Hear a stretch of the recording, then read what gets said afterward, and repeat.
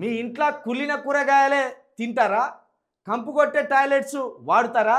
మీ ఇంట్లో నలుగురి కోసం 40 మంది పని చేస్తారు. మా 600 మంది పిల్లలకు పని చేసేది ఒక్కరేనా? కేసులు పెట్టినా కాల్చి చంపిన భయపడం. గురుకులాల బార్డర్ను ఆపం. హాస్టళ్ల పరిస్థితులను బయట పెడతాం. మీ సైకో రౌడీ కుట్రలు బంద్ పెట్టండి. సర్కార్పై ఆర్ఎస్ ప్రవీణ్ కుమార్ ఫైర్. రాష్ట్రంలోని గురుకులాల్లో కుళ్ళిపోయిన కూరగాయలతో పిల్లలకు వంట చేస్తున్నారని, మీ ఇంట్లో కూడా కుళ్ళిన కూరగాయలతో వండితే తింటారా అంటూ సీఎం రేవంత్ రెడ్డిపై బీఆర్ఎస్ నేత ఆర్ఎస్ ప్రవీణ్ కుమార్ ఆగ్రహం వ్యక్తం చేశారు.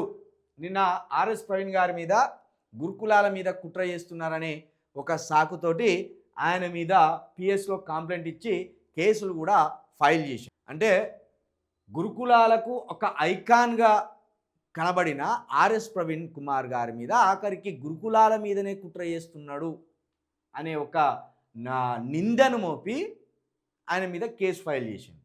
ఆ కేసు ఫైల్ చేసినాక ఆయన ప్రెస్ మీట్ పెట్టిండు. ఒకటి కాదు 100 పెట్టుకో. గురుకులాలను ఎవరు బాగుపరిచిండ్రు అనేది చరిత్రలో స్పష్టంగా కనబడుతుంది. ఆర్ఎస్ ప్రవీణ్ కుమార్ గారు గురుకులాలకు కార్యదర్శి అయిన తర్వాతనే ఆ గురుకులాల స్థాయి పెరిగింది. అందులో నాణ్యమైన విద్య వచ్చింది, అందులో నాణ్యమైన ఫుడ్ దొరికింది.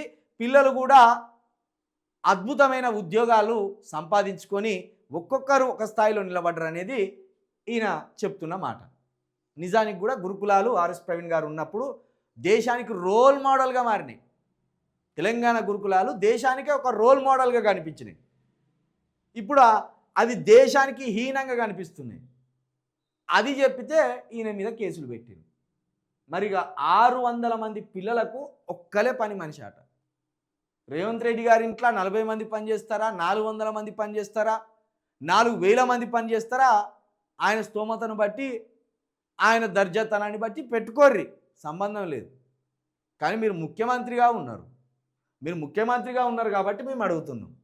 మీ ఇంట్లో మీ ఇద్దరికే 40 మంది పని మనుషులు అవసరం పడితే మరి రాష్ట్ర ముఖ్యమంత్రిగా నువ్వుండి 600 మంది పిల్లలకు ఎంతమందిని పెడతావు? ఎంతమంది పని వాళ్ళని పెట్టి ఆ గురుకులాలను బాగా చేస్తావు అనేది ఆర్ఎస్ ప్రవీణ్ గారి ప్రశ్న.